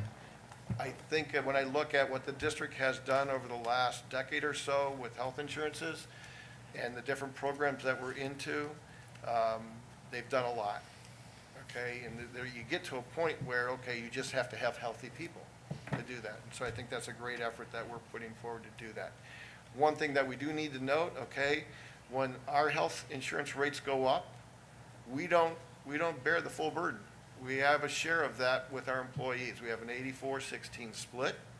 That 84-16 split, by the way, there's a report that the State Employee Relation Board puts out every year, and that 84-16 is right at the average of what other local governments are at, specifically school districts, okay? So we are at a good place in cost sharing. We're right where we should be with that, okay, to do that. Our focus now, I think, is really looking at really what we've been doing. How do we improve the health and well-being of our staff? I think that feeds right into the programs that are being put together. My mantra goes back to it's always been about attract and retain, and I think the effort that the superintendent and the team is doing is, the best way to attract is let's focus on retaining first to do that. So that retention committee, I think, is right on target where we need to be with some things. I will tell you you already talked about, the things that are concerned to me. I think the two biggest concerns that I have with our budget, number one, the workforce shortage. I'm not going to talk about whether we aren't in a recession. We definitely are, okay? The workforce shortage has really shifted, and I'll tell you how that's impacting us, is really shifted to the supply side. We're the demand side. We need people, okay? The controlling part is the supply side. Here's where that's affecting us. I was with Amy Storer today, and we're looking at some contracts that supply services to us. One of those contracts had a 40% increase from services to us, okay? That's the supply side, basically coming and saying, you have a demand for people, it's okay, they'll fill that demand. It's a 40% increase, okay, with that. That's how it's hitting us. I don't know if that's I don't know if that's inflation or not. I really think that's the workforce shortage, okay? That is about us to do that. The second item is inflation. We all are aware of that when we just go to the grocery store, when we go to the gas pump, okay? All those things, are the same things that a school district buys. We buy food, we buy, although Peterman buys the gas, we're paying for it, okay? Actually, we do buy the gas, for those buses to roll. So that we did build inflation rates into our budget, but where that's all going to go as we go forward, we're not 100% sure, but we keeping our eye on everything as we go forward. We do have our commitment to make sure that things last through 24 and 25, and we're going to keep that commitment. But those two things, you know, are impacts that we have to deal with every day. Kudos to Mr. Fultz and his team, because I don't know, the number 80 what sticks in my mind. I don't know how he did it and they did it, but that's a pretty significant feat to accomplish, you know, for a school district. So hats off to him for that, to do that. So what's coming up? In the August business meeting, we're going to have an updated format on our financial statement. I'll try and get that to you early so that you can see some of that. That's part of our effort to use our operating system the way it was intended to be used, and we don't have to do a bunch of Excel gymnastics to get you reports. We will have the insurance rates put in front of the board, so that increase will be there. That takes effect again January of '23. September, we'll have the full annual appropriation measure. If you remember, in June, we passed a temporary appropriations. We'll have the full appropriation in September. In October, I know it was discussed earlier, kind of that October, November, when we know what our enrollment really is, okay, students are there and kind of in place. We kind of really look back at that, at the budget again to see if things need to shift around to do that. And then in November, we kind of cycle back to updating that 5-year forecast again. So kind of August through November, those are some of the things that are on the docket that we're headed towards. Any questions on any of that, on the revenue, health insurance, and what's coming in front of us? So, but hearing none on that, I have to compliment everybody this morning that took part of that. Mrs. Delaney, that was, you know, kicked off that meeting and set the stage for everybody. Actually, it was really Mr. Fultz. When they were playing the AC/DC music, all I could see is just a guitar in his hand, and I wanted to see him strut across the stage, but he didn't do that for us. To do that, you know, Mrs. Adams probably had the toughest job following Mr. Yes. Collins to do that. Yes. Randy and Jeffrey had put everything together.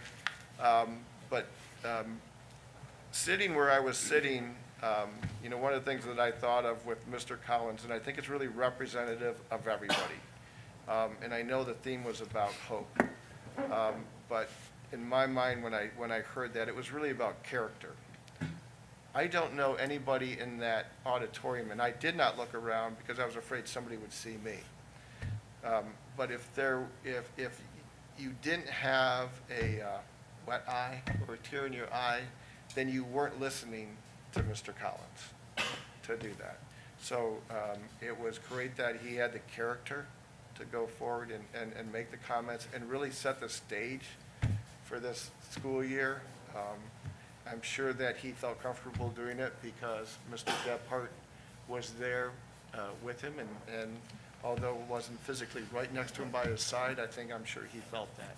So it was a great start to what I think is going to be a great year. Thank you.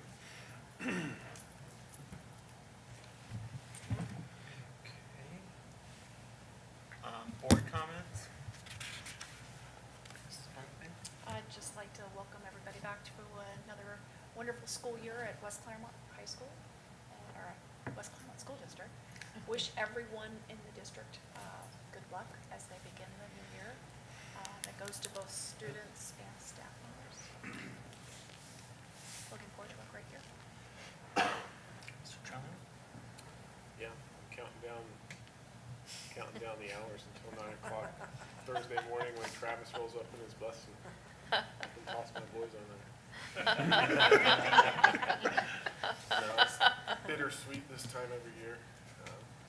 It's fun hanging out with them all summer, but you get a little ready when it rolls around. I'm excited for football. I've been seeing all the football updates and the Bengal updates, so who day? Mr. Patton? I'm definitely ready for my kids to get back. I've been cooped up with them for 2 months, so I'm definitely ready. Love them to death, but I'm ready. obviously, I don't know individually who did what, but getting all of the staff positions filled, or at least the majority of them, that, as Ms. Adams said, that took a lot of effort. So whoever had a hand in that, I definitely appreciate that. And I'm excited for the school year to start. I do know that the safety piece of it, I've heard a lot of good stuff about that. I know that the different people have different roles in that. And so, yeah, I'm just ready for a good start. I hope the kids are ready. 7:45 starts pretty early, at least for the high school. So I hope everybody's ready, and so I appreciate everybody. And Michelle. Mr. Minnie, sorry. I'm really out of it. Sorry, she's out of her seat. I'm out of my seat. Thank you for having me this morning. Mrs. Adams asked me on Friday because I was involved in a CMS audit today that's going on all week long, and I said, well, my time frame has moved. I need to be back at my desk by 8:45. She's like, well, if it's too much stress, I'm like, oh no, this is my jam. Like, I thrive on that stuff. So the buzz in the room was amazing. The smiles on faces. It's just a great way to kick off the school year. 80 new employees, wow. And two of them, one I know personally is a West Clermont graduate, so that's awesome. So excited to have some more, blood come back. And then a young lady that my daughter played soccer with from the time she was 7, we hired as first-year teachers this year, so that was kind of surreal. I'm getting old.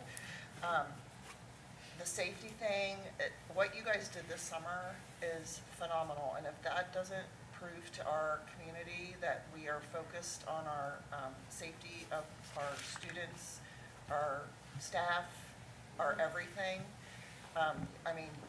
you lifted a huge, huge boulder this summer, and kudos. So can't wait for everything to start rolling. Hear the band from my backyard. They've been busy. I can just say excitement. That's what I'm feeling. Thank you to everybody for bringing that about. I'd also like to say a word. Many of you are aware that retired Administrative Assistant Karen Rambo passed away Saturday. So I want to give condolences to her 3 daughters and son.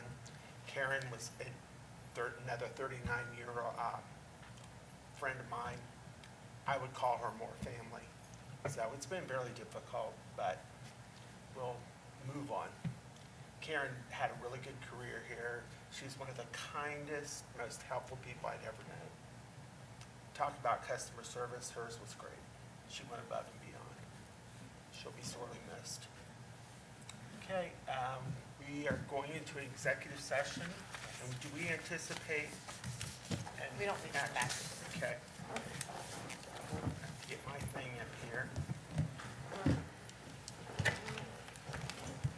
Recommendation to withdraw to executive session for the purpose of conferring with an attorney from the Board of Education concerning disputes involving the board that are subject of pending or imminent court action, to prepare for negotiations or bargaining sessions with public employees concerning their compensation or other terms and conditions of their employment, and to consider matters required to be kept confidential by federal law or regulations or state statutes. Do I have a motion approving that? So moved. Okay, Mr. Chumley, a second. Second. Mrs. Brinkman, any discussion? Okay, Mr. Romano? Mr. Chumley? Yes. Mrs. Brinkman? Yes. Mr. Patton? Yes. Mr. Rudy? Yes. Mrs. Delaney? Yes. 5 yes. Thank you all, and our next meeting, I believe, is the 27th. Is that the date? Well, I got one. I never knew if they were going to have 15 plus 12, 14. 29, 2 weeks from today.